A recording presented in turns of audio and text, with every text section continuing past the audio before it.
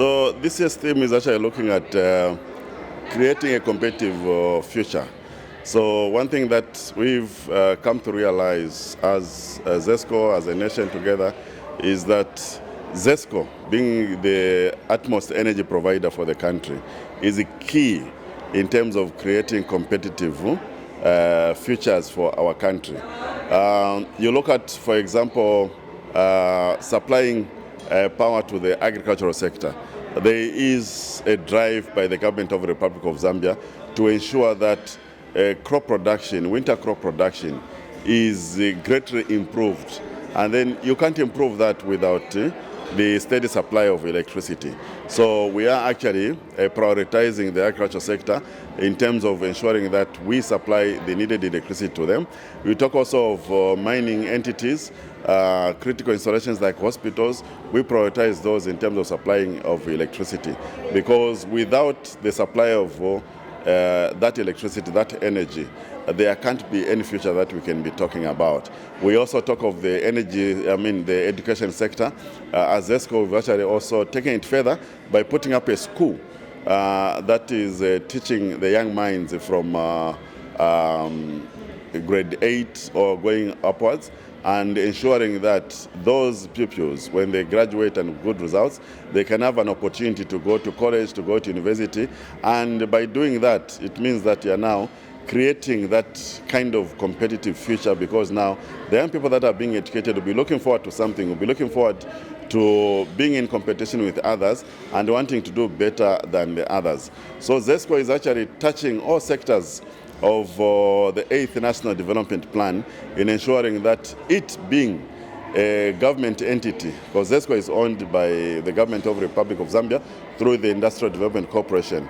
So we are making sure that we are touching all industries, we are touching tourism, we are touching the manufacturing sector, education, mining. We also look at the aspects of agriculture, small and medium enterprises, and just a general industry. So everywhere there, we are looking at having power supply available, accessible, and also affordable.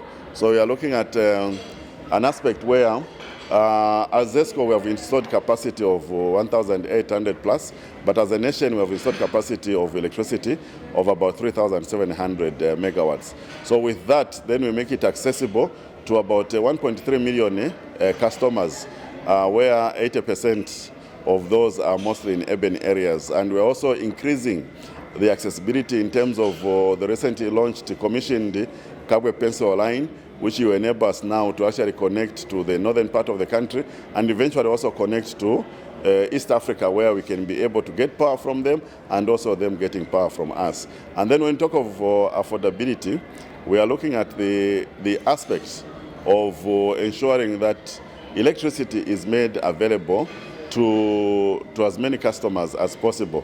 When you look at the lifeline support, where we talk of the first 100 units of the month, that is available at 44 ngwe per kilowatt hour. So that means that it is very affordable. Then also for the agricultural community, we have what we call time of use tariff. So that time of use tariff between 22 hours and 06 hours, it is also something that makes electricity affordable. Then we also have room for negotiation of tariffs. So with the different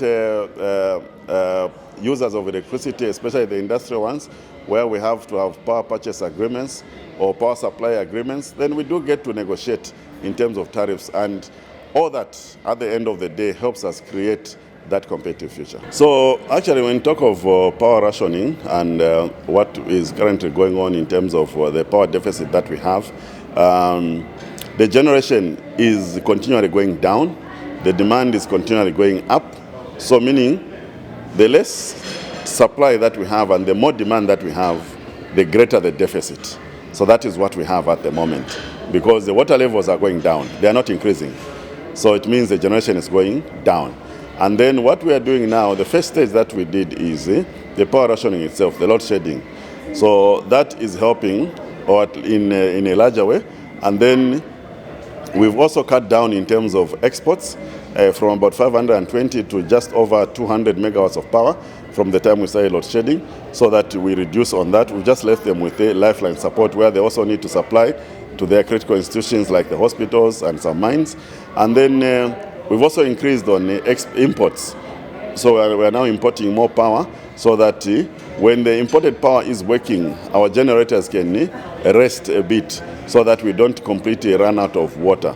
So just last week, we signed some agreement with our colleagues in ZESCO South Africa for the supply of 218 megawatts of power, so off-peak. So this power is actually coming into the country, and then it is helping us to say maybe at Kariba we rest the machines while this power is coming in, and then once they cut off power, then we also turn on the generators. In that way, it means we can let the water accumulate a bit, and then even as we generate, then we won't finish the waters very much. And we've also continued interacting with the community, our customers and the public, to ensure that they get to be efficient in the use of electricity, and also adopt renewable energy practices like solar, so that the more people are on solar, it means the less strain we'll have on the grid, the less demand we'll have on the grid, and then the more we shall be able to empower critical solutions that need the supply of electricity. And one game changer that is here is the solar revolution through net metering. The government actually did put up a law to ensure that people that have solar panels, solar energy in their houses and have excess energy, they can be able to sell that excess energy to ZESCO. And then when they need it, they can retrieve it at the time they get to need it from ZESCO. So what is just being awaited on is to get the tariff, because there will be a tariff of sending power to ZESCO, and there will be a tariff for getting power from ZESCO. So at the end of the day, you'll find that you would have reduced on your electricity bill, because now you'll be netting off what you would have sent to ZESCO and what you would need from ZESCO. So this is a game changer, and once everything is in place, we actually hope that we can be able now to have lesser pressure on the grid and be able to supply as many people as possible. There's also an aspect of microgrids, the mini grids, where now people will actually be able to do business from the scratch, to say, I want to put up a 2 megawatt plant of solar or bioenergy or biogas or wind, and then you outrightly agree with ZESCO on how much ZESCO is going to buy that, and then you produce and ZESCO buys that. So you can do that. So with net metering, what you are getting is your netting off of the units, whereas with the mini grids, what you are getting is actually the actual cash. So with these game changers, we are happy that there's a good political will now in terms of renewable energy, and it's up to the customers now to jump on board.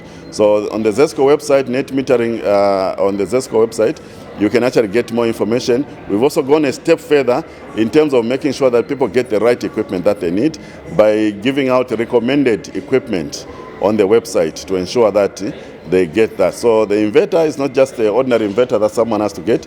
It has to be a grid-tied inverter, because you need an inverter that will be able to communicate to the grid and back and forth, because we have to install a smart meter, and then the communication becomes two-way, and then we start transacting like that.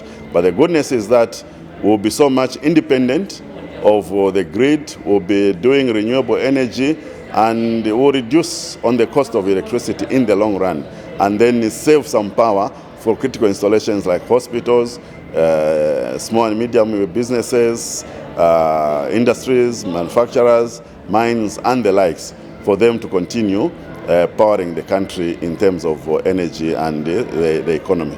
In the show grounds, we are actually right at the place where there is the mobile telecommunications tower. It's my first time coming here, and when I was asking for directions, my colleagues just told me, look for the mobile tower. And then just there you'll find the ZESCO stand. It's very visible. We're just opposite the Ministry of Green Economy and Environment. You won't miss us, because we're very orange. There's even a simulation of the works we do. Outside you can see some villages that are solar powered, some generation happening, some co-generation happening.